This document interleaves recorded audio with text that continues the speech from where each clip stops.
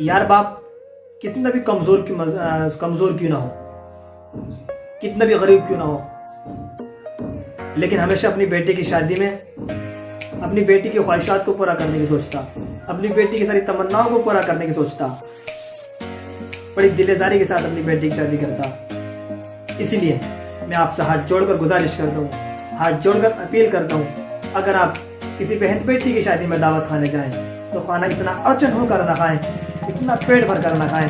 मैं ये नहीं कह रहा खाना नहीं खाएं, लेकिन लिमिट में रहकर खाना खाएं।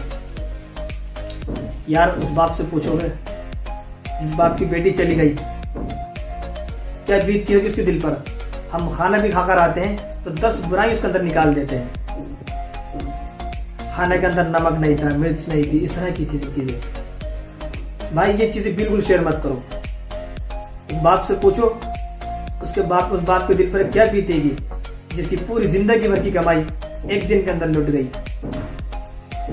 उस माँ से पूछो जिस माँ ने 9 महीने पेट में रखा। उस माँ से पूछो जिसने 2.5 महीने कड़कड़ाती ठंड के अंदर गीले में खुद सोई और सुख में अपनी बेटी को सुलाया, वो कैसे बर्दाश्त करेगी।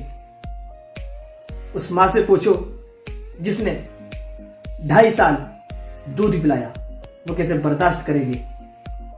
उस बाप से पूछो जिसने चिलचिलाती धूप के अंदर, कड़कड़ाती धूप के अंदर मेहनत मजदूरी करके पसीने में तार तार होकर के समाज की गाली सुनी, सिर्फ किस लिए, अपनी बेटी की इज्जत की खातिर। सो मैं आपसे कहना चाहता हूं, अगर हमारे अंदर ये इंसानियत नहीं है, अगर हम किसी के दुख दर्द को नहीं समझ सकते, तो फिर हमारे अंदर इंसानियत नहीं है।